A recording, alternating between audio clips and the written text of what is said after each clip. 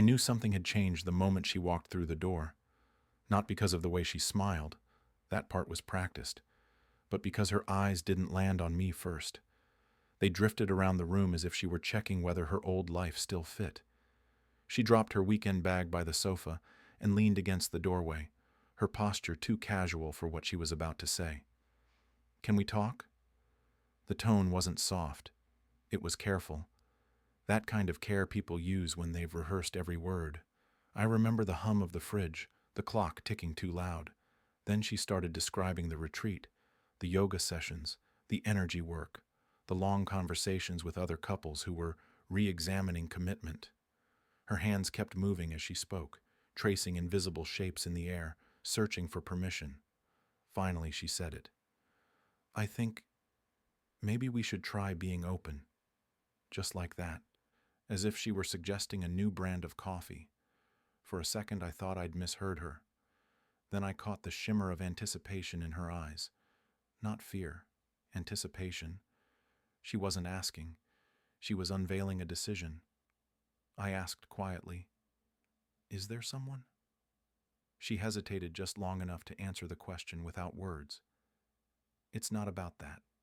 It's about growth." Growth. The word landed like an insult wrapped in therapy talk. I nodded slowly, the way you nod when a doctor tells you something incurable.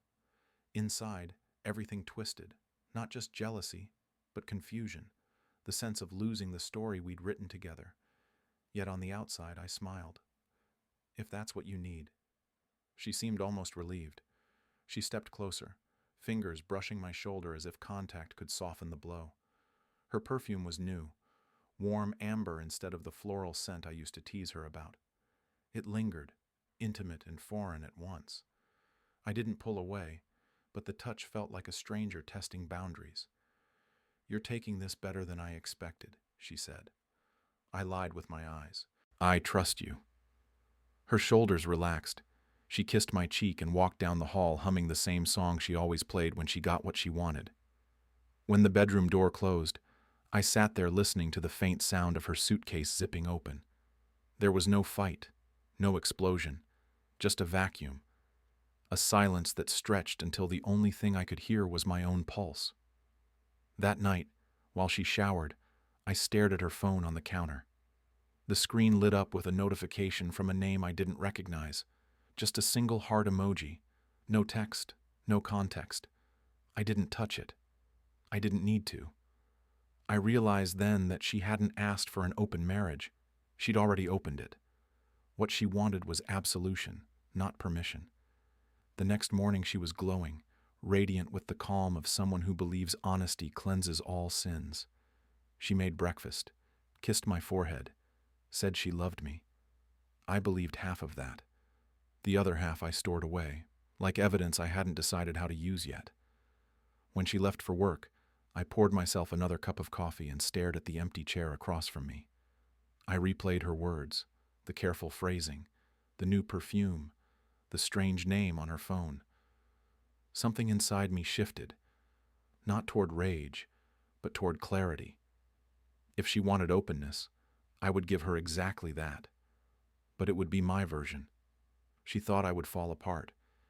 Instead, I started paying attention. I used to think silence was peaceful. After her open marriage talk, silence became noise. Every unlocked phone, every late text, every perfume-scented breeze through the hallway. For 2 weeks I told myself I could handle it. She smiled more, laughed louder, wore dresses I hadn't seen in years. When I asked where she was going, she said, "Just dinner with Mia." The same answer, every time. At first I believed her, because belief was easier than proof. But one Friday night while she dried her hair, her phone lit up on the nightstand. The name wasn't Mia, it was Matt. No last name, just a heart emoji beside it. A short message glowed on the screen. "Same hotel as last time?" I didn't touch the phone. I didn't need to. The reflection in the mirror told me everything. The way her eyes avoided mine, the sudden rush to turn off the screen. I just said, "Don't be late, okay?" and smiled. She froze for half a second before answering, I won't. That was when the silence finally changed shape. It wasn't noise anymore. It was data. Every word, every glance, a small confession. The next morning, a message popped up on my phone from Mia. Hey, haven't seen you guys in a while. How's everything? I stared at it, reread it, then typed slowly. Thought she was with you last night? Mia. Nope. Why? The world didn't collapse. It tilted. Everything that had felt confusing suddenly lined up in a cruel pattern. She hadn't been at Mia's. She hadn't been anywhere honest. I sat on the edge of the bed, trying to find the part of me that still cared enough to shout. It wasn't there. Instead, there was this strange, steady calm, the kind you get before a storm you know you can't stop. When she got home that evening, she hummed that same song from the retreat. Her hair was slightly messy, her perfume too strong. She kissed my cheek, and the scent burned like truth. Good night? Great. Mia says hi. That lie was small, but it echoed like thunder. That night I lay awake beside her, listening to the rhythm of her breathing. It used to comfort me. Now it sounded like the ticking of a clock counting down to something inevitable.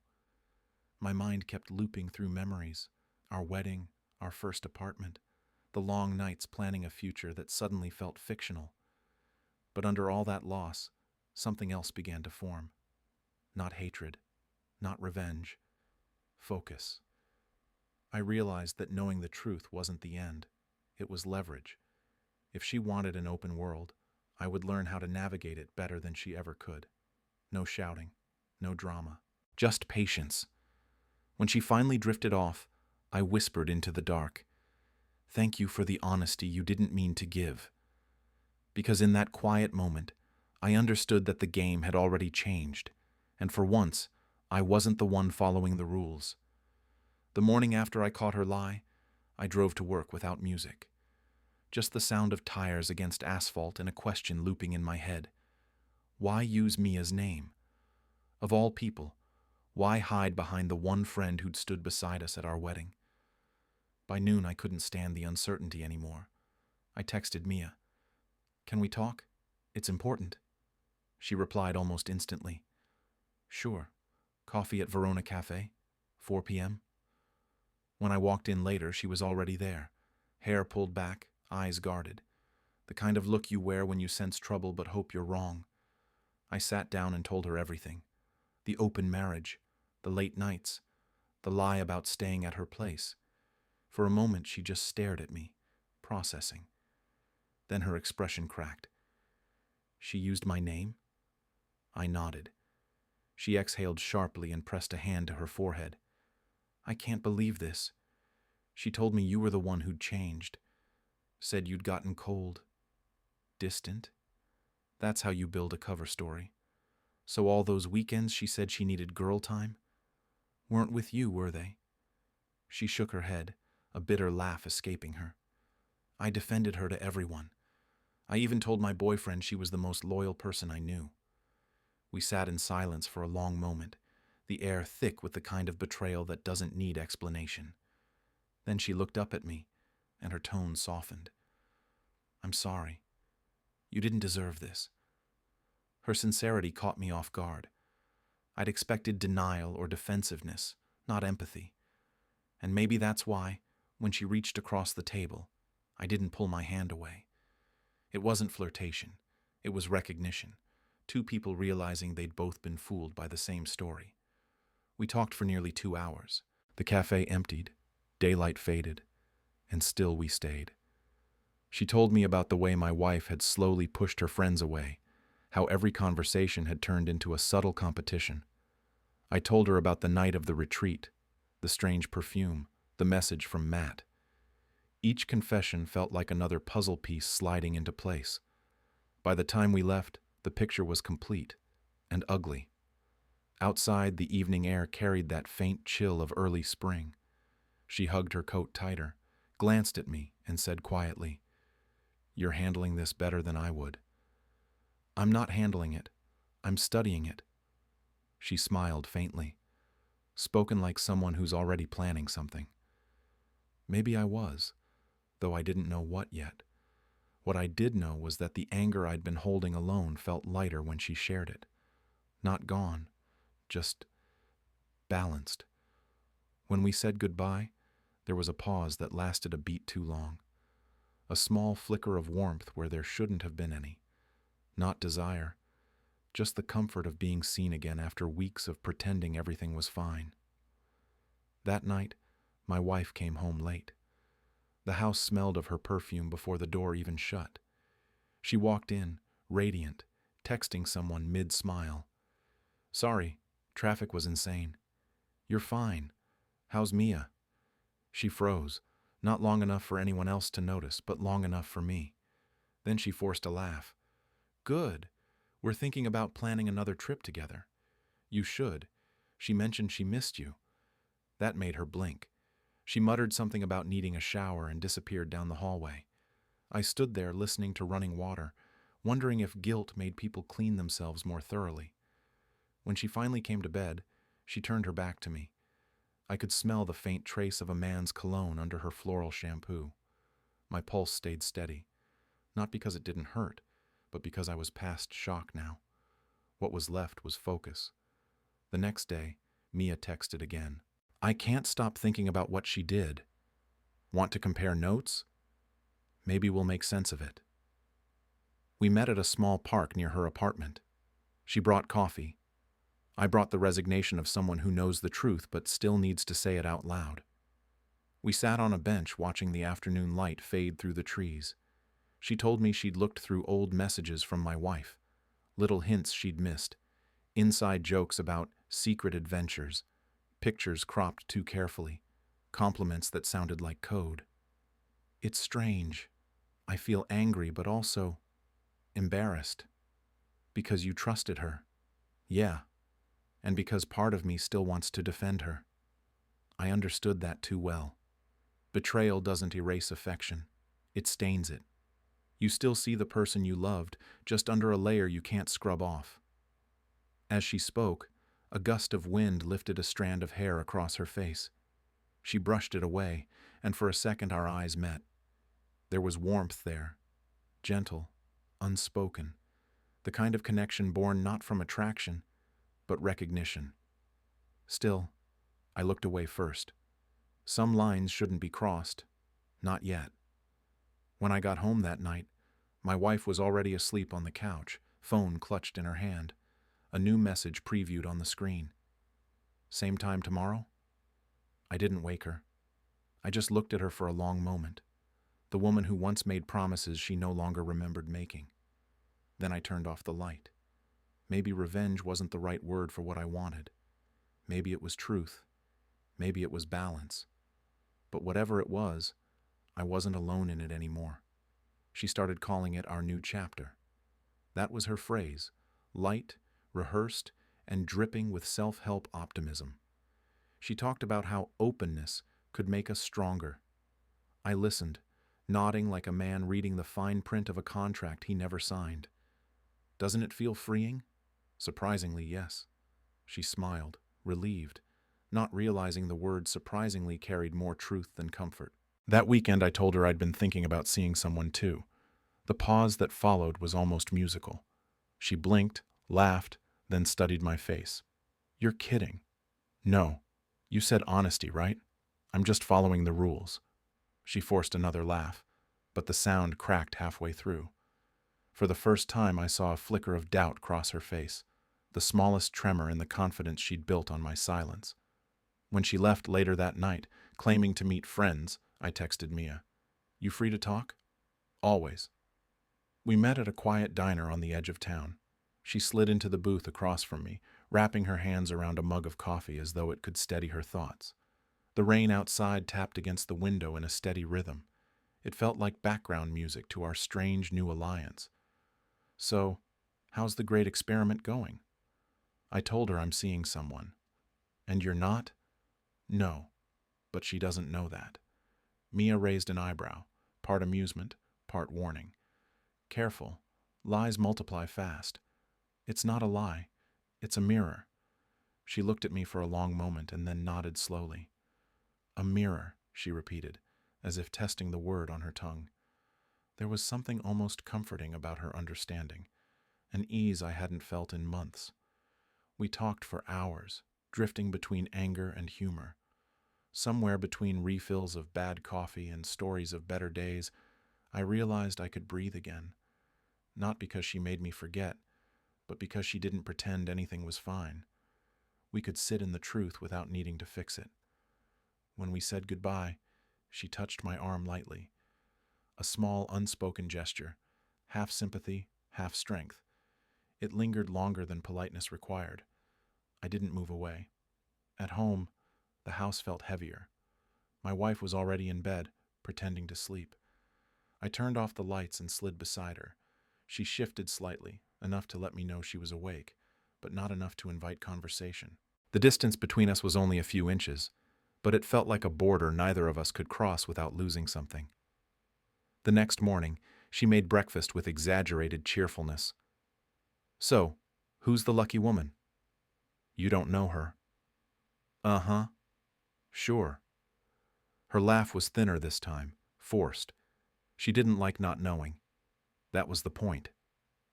The following days settled into a strange rhythm. She kept her phone closer. I kept my calm closer.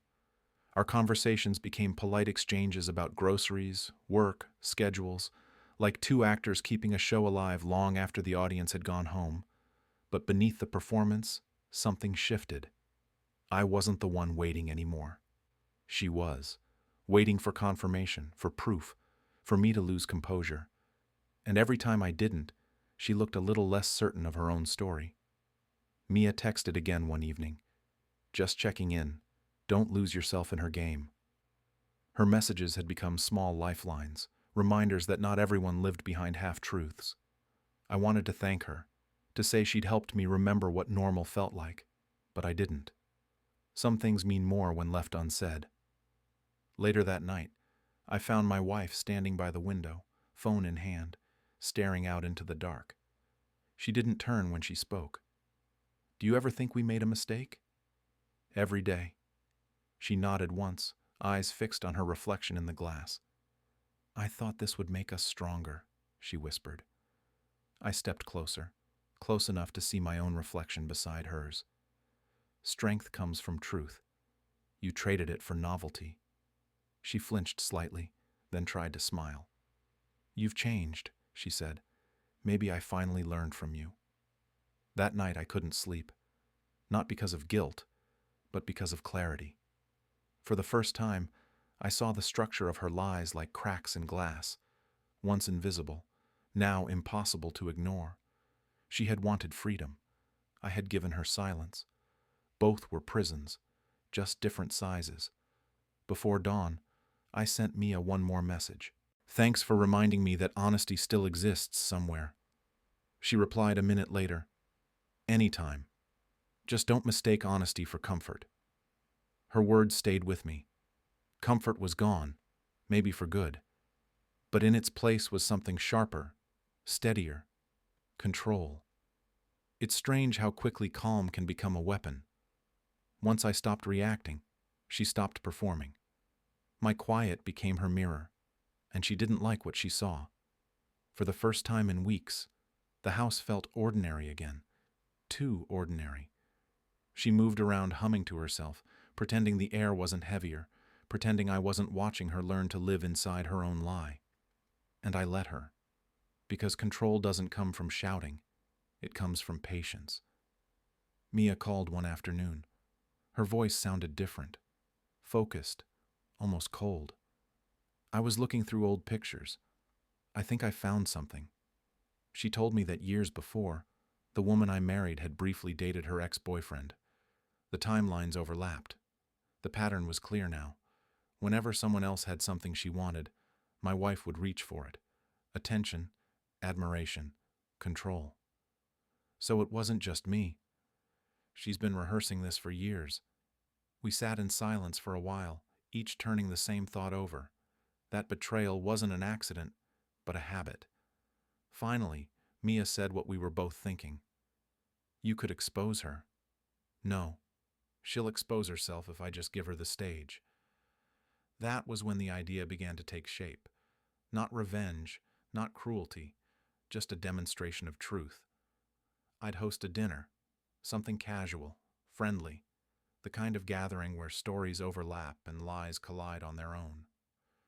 The next week I planned quietly. I made a list of guests, a few mutual friends, one co-worker she often bragged to, and of course Mia. I picked the same restaurant she'd once sworn she only visited with colleagues. Small details, invisible threads that would tie the evening together. When the invitations were sent, she was thrilled. "You're finally coming around." I knew openness would help. Maybe it's contagious. She didn't hear the edge in my voice. She was too busy choosing a dress. 2 nights later, I met Mia again to go over the plan. We sat in a quiet corner of the cafe, the same one where we'd first talked. Her expression was cautious. "You sure this isn't too much?" She's built this entire fantasy on honesty. Let's see how honest it really is. Mia sighed. "Just promise me you won't enjoy it." I wanted to say I already do, but I didn't. Instead, I thanked her for trusting me, a sentence that felt heavier than it should have. When we left, a light drizzle had started. She walked beside me without an umbrella, her hair catching the street light. For a moment, I almost forgot why we were there. Then she looked up and said quietly, "Tomorrow will change everything." And I knew she was right. At home that night, my wife was folding laundry on the couch, humming again. The smell of her perfume, once comforting, now felt like a disguise. She looked up. "You seem happy." "I am." "See? I told you this would work." I smiled. "You did." She went back to folding clothes, and I realized I was no longer angry. Whatever came next wasn't about punishment. It was about balance, about seeing her drop the mask she'd worn for so long. The day of the dinner, the house buzzed with her nervous energy. She rehearsed stories in the mirror, practiced laughter, changed outfits twice. I watched her spin around in that glow of false control and thought, "You have no idea what's waiting on the other side of your performance." When evening came, she looked perfect. Hair shining, smile precise. She took my arm as we left, unaware that every step toward the restaurant was a step into the truth she'd created. On the drive there, she squeezed my hand. "I'm proud of us, you know. Not many couples could handle this." "You're right. Not many could." Outside, the city lights blurred through the windshield. I caught my reflection in the glass, steady, unreadable, and wondered when exactly I'd stopped being the husband she remembered. Tomorrow I would host a dinner table full of laughter and small talk. But beneath the noise, I would finally hear something real. Her lies folding in on themselves. And for the first time in months, I felt peace. Not joy, not triumph, just peace. Because sometimes justice doesn't need fireworks. Sometimes it's served quietly, on white plates, under warm light, while everyone smiles and pretends nothing is wrong. I called it a dinner to celebrate openness. Everyone laughed at the title when the invites went out, and that was perfect. Humor hides tension better than silence ever can. The restaurant sat on the river, warm light flickering across the windows. A long table waited for 8 people. A few friends from work, 2 couples we'd known for years, Mia, and of course my wife. I chose the seats carefully. Every person there held a fragment of her stories. All I had to do was place them close enough for those stories to touch. She arrived glowing, dressed in confidence more than fabric. She kissed my cheek like a hostess greeting her co-star, and whispered, "You'll see, everyone's going to have a great time." I smiled. I'm counting on it. Dinner began easily. Wine poured, conversations overlapped. My wife thrived in noise. It let her control what people heard. She told stories of our open experiment, painting us as the enlightened couple who'd risen above jealousy. Every time someone laughed or nodded, she relaxed a little more. Then came the first crack. "Funny, you said you'd never been here before. Didn't we bump into you here last month?" She blinked, recovered. "Oh, right. That must have been when I came with my team from work. You said it was a client dinner. Her laugh was just a second late, not long enough to expose her, but long enough for Mia to notice. Mia played her part perfectly, quiet, gracious, sipping wine, letting the moments hang. When the conversation drifted toward travel, she smiled and said, "Remember when we tried to plan that girls' weekend? I still owe you a trip. You've been so busy lately." The table went still for a heartbeat. My wife's fork paused mid-air. "Right, yeah. I've had a lot going on." It wasn't what Mia said, it was what she didn't. No accusation, just absence. The kind of absence that makes everyone else start to fill in blanks. By dessert, the air had changed. The waiter brought out small plates, but no one seemed hungry. Casual talk turned clumsy, overlapping questions stepping on each other's heels. I watched her smile stiffen, her hands start to fidget with the napkin. I'd seen that look before, the moment when a performance stops feeling safe.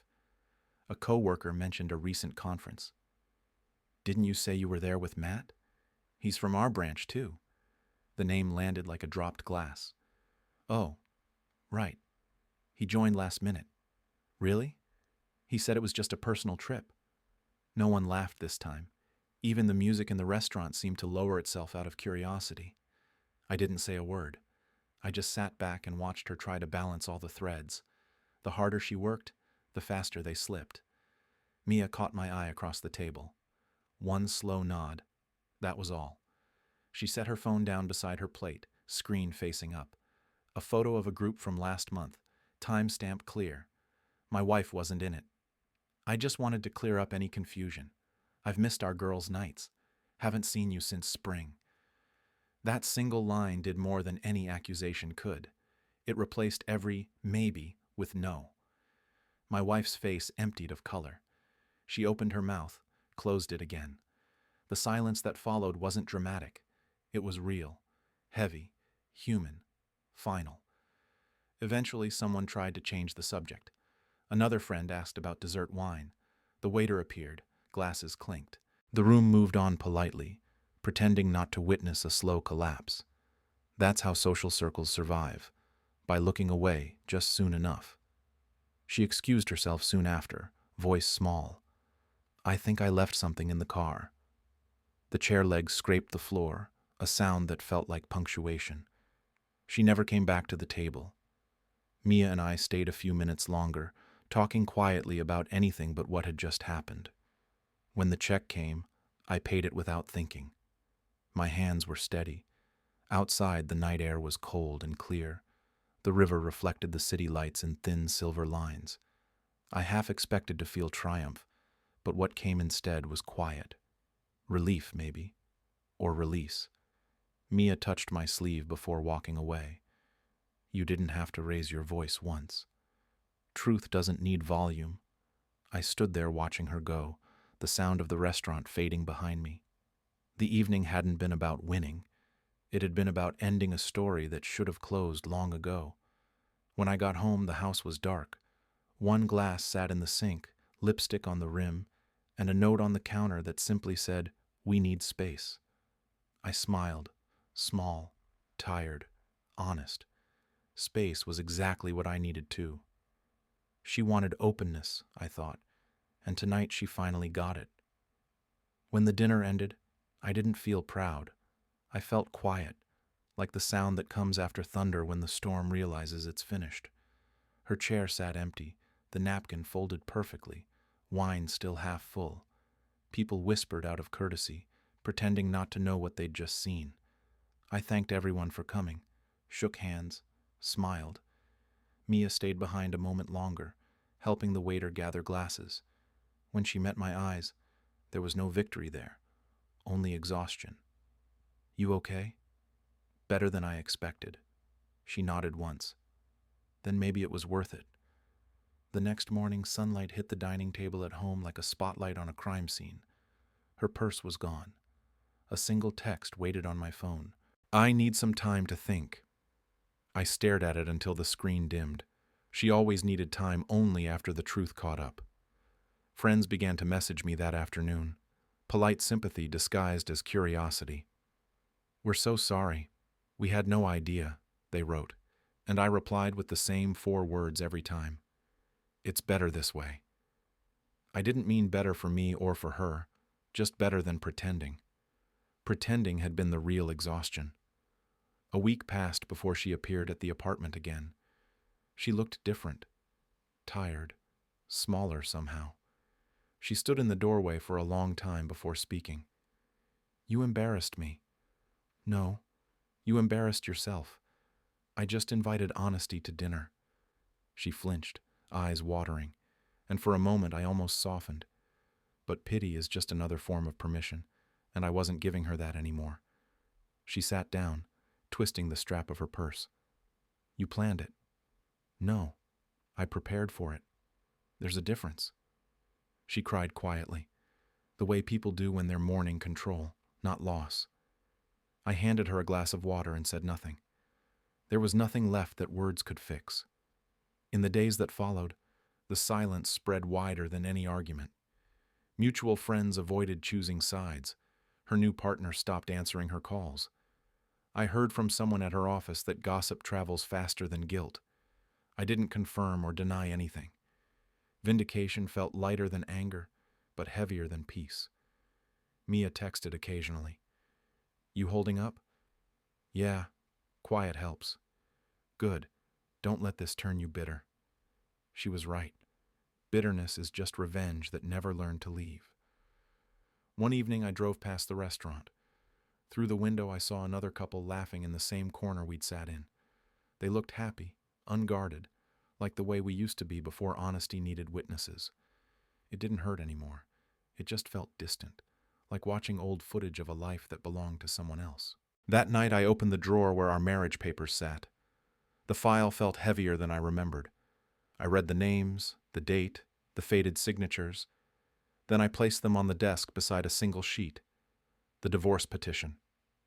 The pen hovered for a second. Not from doubt, just acknowledgement. This is what truth looks like on paper, I thought. Then I signed. When she came by the next day, I handed her the envelope. She didn't open it, just looked at me, eyes red. Her. "You really want this?"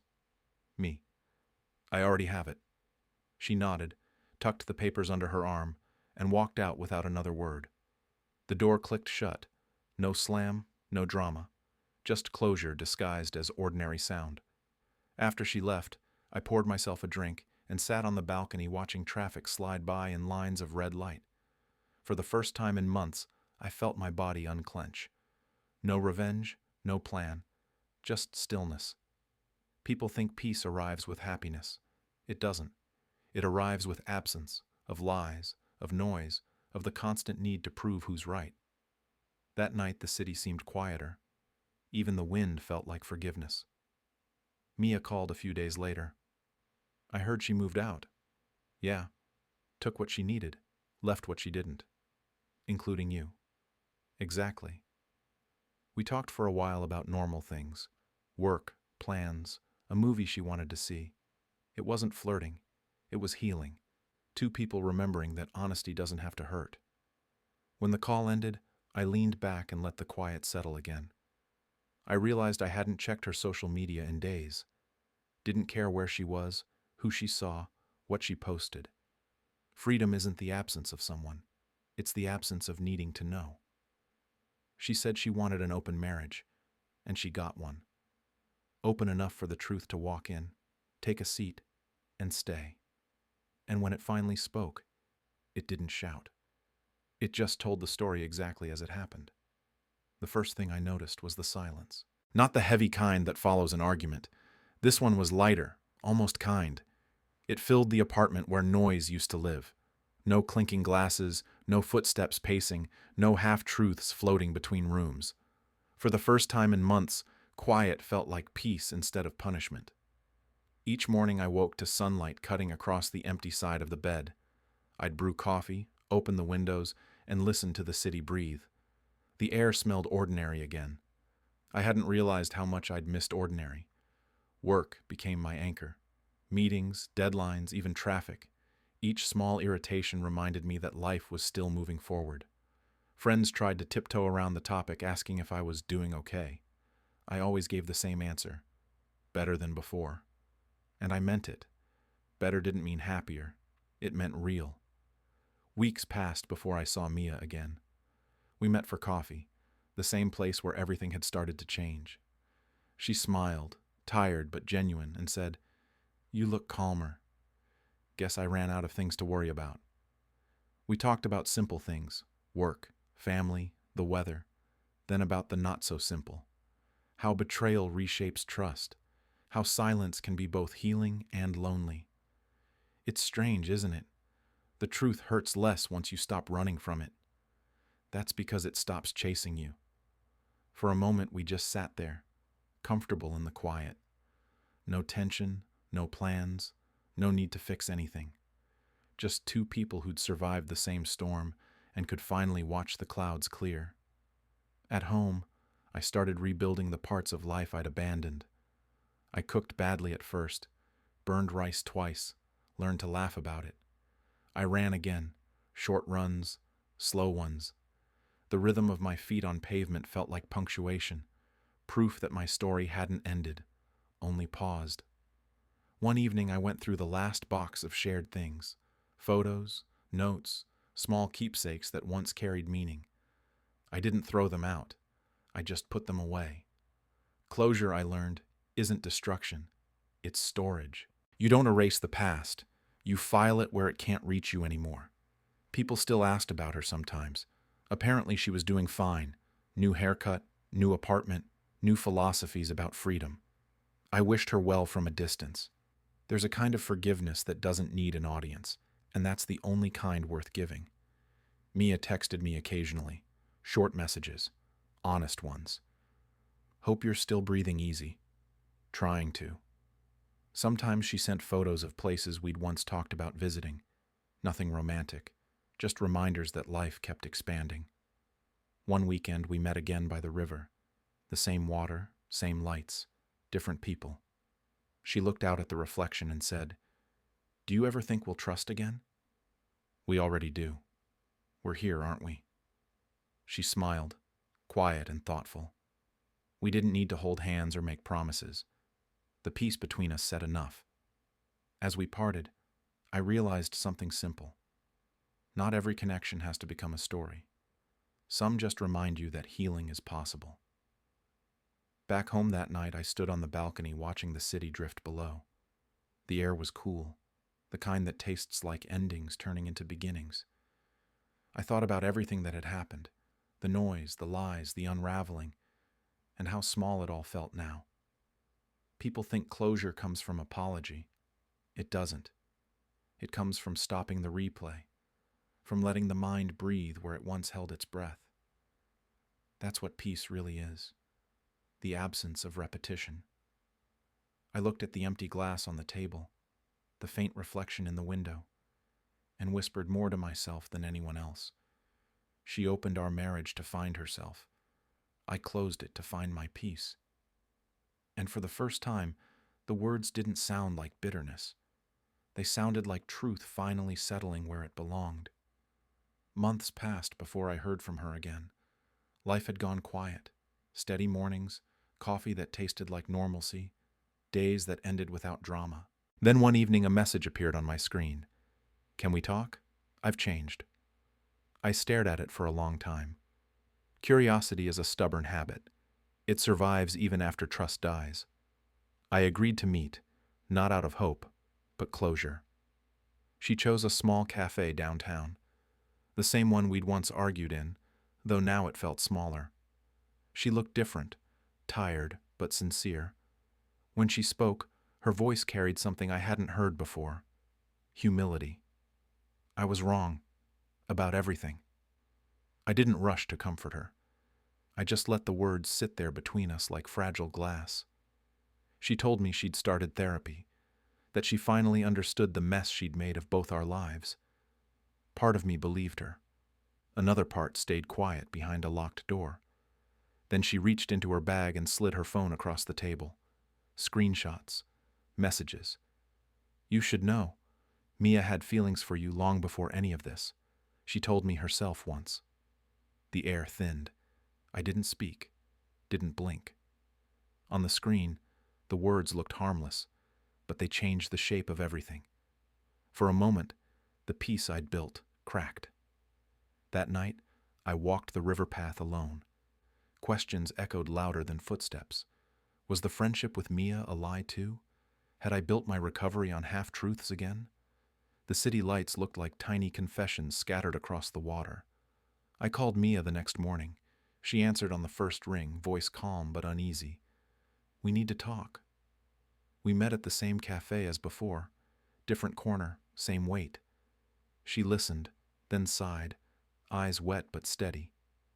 "It's partly true. I did care about you. Maybe earlier than I should have. But I never acted on it." "Why didn't you say something?" "Because I was trying to protect her, and maybe myself." She confessed she'd known about the affair sooner than she'd admitted. She'd covered one lie once, a small favor between friends that grew into a silence she couldn't undo. I thought if I stayed quiet, it would stop. I was wrong. The honesty hurt more than the betrayal. It wasn't malicious. It was human. People don't always lie to hurt you. Sometimes they lie because they can't bear to watch you break. After that conversation, I didn't feel anger. I felt tired. Tired of stories with villains. Tired of sorting truth from damage. Maybe everyone had just been scared. Her of loneliness, Mia of conflict, me of facing what silence really meant. I went home, sat on the balcony, and watched rain stripe the city glass. For the first time, I didn't replay the past. I studied it. Patterns emerged. Fear dressed as freedom, love disguised as protection. Maybe love and fear are siblings, I thought, raised by the same mother called need. Days passed without another message. I didn't reach out either. Forgiveness came quietly, not as a decision but as fatigue. One morning I woke up and realized I no longer cared to prove anyone wrong. I didn't delete Mia's number, but I didn't use it. Some bridges are better left standing but unused. The ex-wife's screenshots stayed on my phone for a week before I finally erased them. Not denial, just space. One evening, while watching the sunset bleed across the skyline, I caught myself smiling. It wasn't happiness, it was recognition. I'd survived the part of life that teaches you the difference between truth and loyalty. People think closure comes when you confront everyone. It doesn't. It comes when you stop auditioning for the role of the wronged one. I thought I was living a story about lies. Maybe it was really about limits. How far love can bend before it breaks. How far forgiveness can stretch before it snaps. I stopped asking who was to blame. There's no villain in a lesson you've already learned. When I look back now, it almost feels like someone else's story. A long, messy chapter that began with a single sentence. "We need to talk." Back then, those 4 words felt like the end of my world. Now I know they were just the start of understanding it. In the beginning, there was noise. Arguments half spoken, truths half heard. I tried to control the narrative, to make sense of something that refused to stay still. But the more I fought for answers, the more they slipped through my hands. It took losing everything familiar to realize that clarity doesn't come from confrontation. It comes from distance. The distance gave me silence, and silence gave me perspective. I learned that not every wound bleeds outward. Some just stay beneath the skin, teaching you patience one heartbeat at a time. There were days when I hated the quiet, when I wanted to fill it with anger or distraction. But over time, the quiet started talking back. It said, "You survived. You're still here. Now what will you do with that?" So I started rebuilding, slowly, quietly. Morning coffee at a table that no longer felt haunted. Long walks that turned into small runs. Work that no longer served as escape but as rhythm. Healing wasn't a grand gesture, it was repetition. Doing ordinary things until they stopped reminding me of what I'd lost. Mia stayed in my orbit for a while. We met as 2 people who'd both been burned by the same fire and still smelled faintly of smoke. But what grew between us wasn't romance. It was understanding. A reminder that not everyone who stands beside you wants to take something from you. Some just help you remember what calm sounds like. Forgiveness came later, and not as a single moment, but a slow release. I stopped checking messages that weren't coming, stopped rehearsing the same memories hoping they would end differently. Forgiveness, I learned, isn't saying it's fine. It's saying it's finished. It's letting the past exist without letting it own the present. Months turned into seasons. The apartment changed shape. Lighter colors, open windows, a plant that somehow refused to die even when I forgot to water it. Life was small again, but in the best possible way. It finally fit. One afternoon, I ran into her by accident. No tension, no drama, just two people who used to share a life and now shared a silence. She looked well. She said, "You look happy." And I realized I was. Not the forced kind of happy you perform for others, but the quiet version that comes from peace.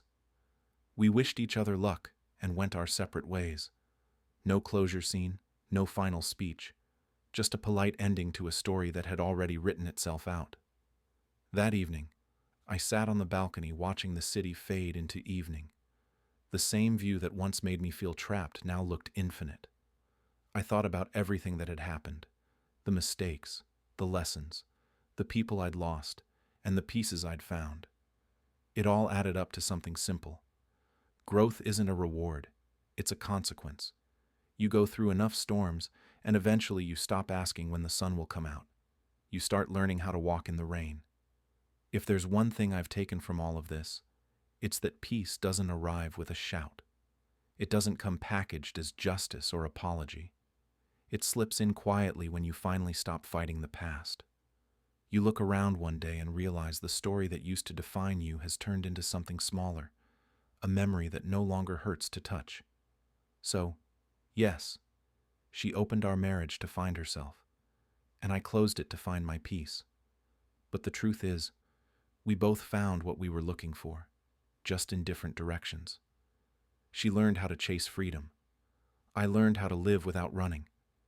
And if there's a message hidden somewhere inside all of this, it's that endings aren't the opposite of beginnings. They're the same moment, seen from another side. When something breaks, it doesn't mean it was worthless. It means it taught you how to hold on differently next time. So this is where my story ends. Not with revenge, not with bitterness, but with stillness. Because sometimes peace isn't what you find at the end of a journey. It's what finally walks beside you when you stop trying to go back.